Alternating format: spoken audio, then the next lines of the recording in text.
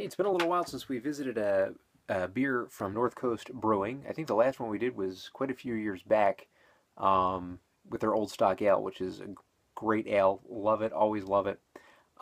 This beer is Old Rasputin, which is probably the most prevalent North Coast beer you'll see, at least nationwide. I know at least out here in Pennsylvania, I see it almost at every beer store that I have been to. I've had it before. It's been a little while, and I definitely have not reviewed it. So this is the first review of Old Rasputin, and this could be a situation where recipes changed. It's not what I remembered. Then again, I really don't remember it too much. 75 IBUs of Russian Imperial Stout, and this comes to us at 9% alcohol by volume, I believe.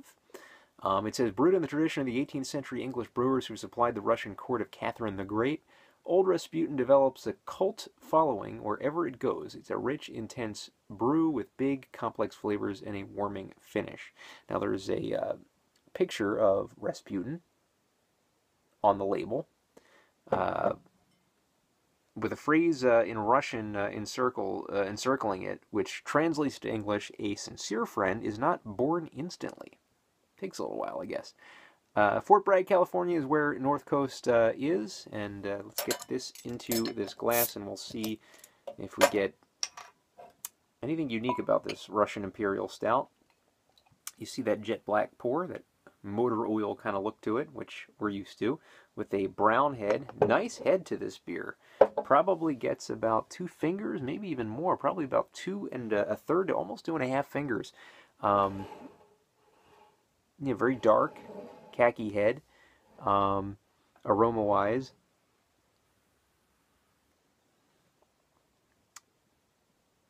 Chocolatey, malty, dark, molasses maybe.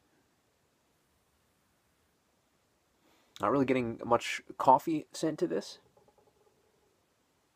Just a really like hefty kind of beer. I'm really loving this style more and more, especially as the weather kind of gets a little colder as time goes on. So let's get the taste now of Old Rasputin.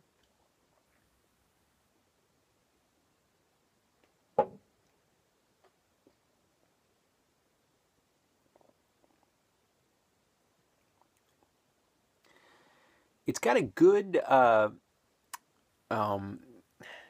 of crisp, woody finish to it, but a little bit high in the boozy taste to it.